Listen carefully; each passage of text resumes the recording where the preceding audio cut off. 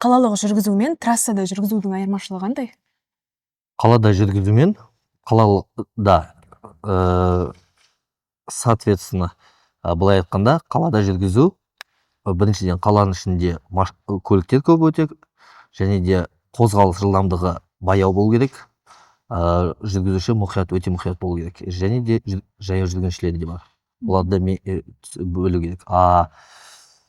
Трассада жаңағы елді мекеннен тыс жерде жүргізген кезде, ол кезде жылдамдық жоғары, және маневр жасауға жолда кеңістік те көбірек, неге қарағанда, және де ара қашықтық жаңағы трассада алдымызда кетіп жатқан машинамен жылдамдық үлкен болған сайын ара қашықтық үлкенірек болу керек. Негізі қалада көлік айдаған қауіпсіз бе, әлде трассада ма? Өйткені біз көптеген оқиға естиміз. Трассада да жол көлік оқиға апаттары болып жатады, және біраз адам қайтыс болып жататын жағдайлар да болады деген сөз. Трассада көбінесе жүргізген кезде жүргізушілер қандай нені ескермейді, олар бір ғана неге қарап қалады, жан-жағында еш нәрсеге мән бермей қадамайды, тек қана бір нүктеге қарап қалады. Сонысымен ол трассада айтсам, былай айтқан кезде қателіктердің бірі жүргізушілердің жіберетін.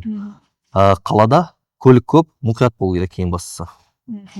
Жақсы, рахмет сізге, жұмысыңызға табыс тілейміз. Сау болыңыз.